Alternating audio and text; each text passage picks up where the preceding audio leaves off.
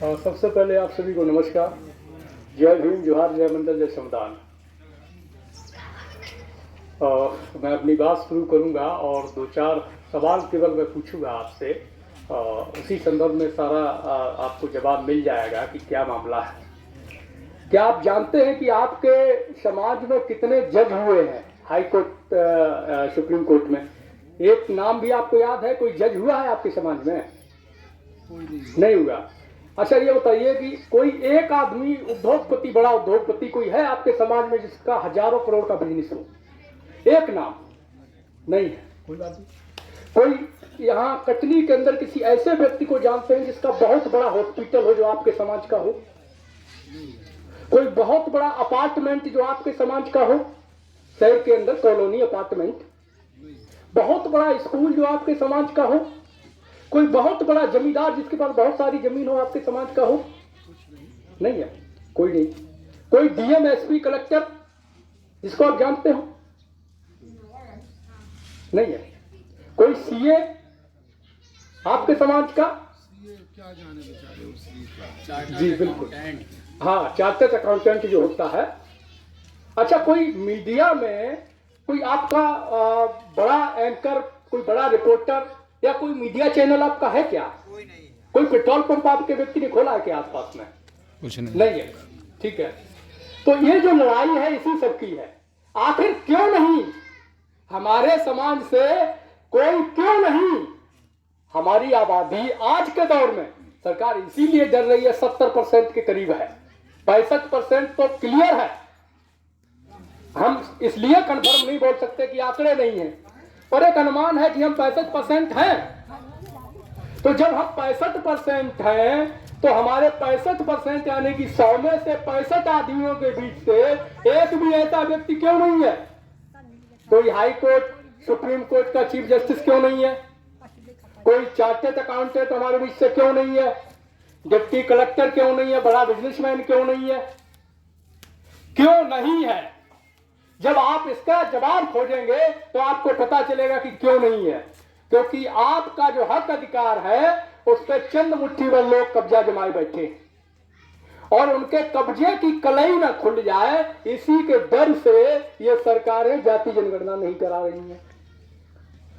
मैं आपको थोड़ा 1 मिनट लेके बताना चाहूंगा कि जब देश की सत्ता ट्रांसफर हुई, लोग कहते हैं आजाद हुआ, पर मैं कहता हूं ट्रांसफर हुई, आजाद नहीं हुआ। आजाद जब होंगे जब हमें अधिकार मिलेगा। तो जब सत्ता ट्रांसफर हुई, नेहरू जी प्रधानमंत्री बनते हैं, तो जनगणना होने का समय था, तो नेहरू जी ने कहा कि देखो साहब, ऐसा है कि हम जातियों को नहीं गिनेंगे। काहे नहीं गिनेंगे? जातियों को इसलिए नहीं गिनेंगे कि साहब देश में जातिवाद फैल जाएगा, हम आधुनिक भारत बनाना चाहते हैं, जाति विहीन।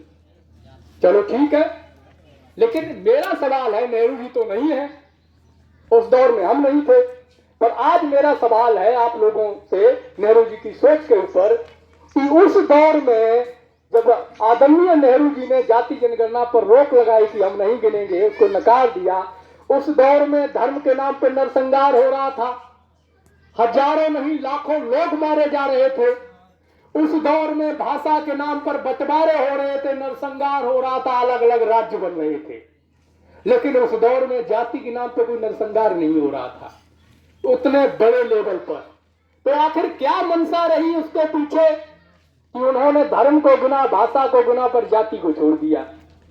इसीलिए छोड़ दिया कि आप लोग जान जाएंगे कि आपकी संख्या कितनी है, आपको कितना अधिकार मिलना चाहिए था, कितनी जमीनें आपके पास होनी चाहिए थी, कितनी नौकरियां, कितने व्यवसाय होने चाहिए थे, कितने अफसर आपके समाज में होने चाहिए थे, कितने बिजनेसमैन होने चाहिए थे, आप ये जान जाएंगे। और क्यों नहीं है, कौन लोग हैं जो कब्जा किए बैठे हैं, ये पता चल जाएगा। जब आप ये जान जाएंगे तो आप मांगने लगेंगे, लड़ने लगेंगे। तो आप लड़े नहीं, आप मांगे नहीं, क्योंकि बिना आंकड़ों की लड़ाई नहीं होती है। जब तक आपको तथ्य न पता हो आप लड़ नहीं पाएंगे। एक बात बता दीजिए, जब जो आदमी पढ़ा लिखा नहीं, दीजिए ना, बाद में सवाल के लिए पढ़ा लिखा नहीं, वो काम मांगेगा। इसीलिए हम लोग चल रहे हैं। लेकिन आज के दौर में इतने लोग, जो पढ़ा लिखा नहीं वो काम मांगेगा। आज के दौर में इतना सब पढ़ लिख गए हैं कि अच्छा और बुरा समझ रहे हैं। सबके हाथ में मोबाइल है ना? तो ये जो लड़ाई है 65% जो हमारी आबादी है कि भैया हमारा इतना कहना है कि जनसंख्या की गिनती कर लो और जनसंख्या के अनुपात में जल जंगल जमीन संपत्ति न्यायपालिका विधायिका कार्यपालिका मीडिया और विधानसभा लोकसभा से लेकर नौकरियों तक बिजनेस में हमारा हिस्सा हमारे लोगों को दे दो इसीलिए 65% जनसंख्या के अनुपात में। तो इतनी ये लड़ाई है, उम्मीद करते हैं कि कुछ साथियों को जरूर हमारी बात समझ में आई होगी और यदि समझ में आई हो तो इस बात को, इस आवाज को, अपनी आवाज समझते हुए इसको। क्रांतिकारी साथियों, यदि आप संवैधानिक अधिकारों, जातिवाद जनगणना, मंडल कमीशन, बहुजन महापुरुषों की वैचार की समता, समानता और सामाजिक न्याय के आंदोलन को मजबूत बनाना चाहते हैं तो हमारी आपसे गुजारिश है कि हमारे चैनल को सब्सक्राइब करें व बेल आइकन के बटन को दबाएं। वीडियो को अधिक से अधिक शेयर करें व अपनी यथासंभव शक्ति अनुसार हमें आर्थिक सहयोग करें।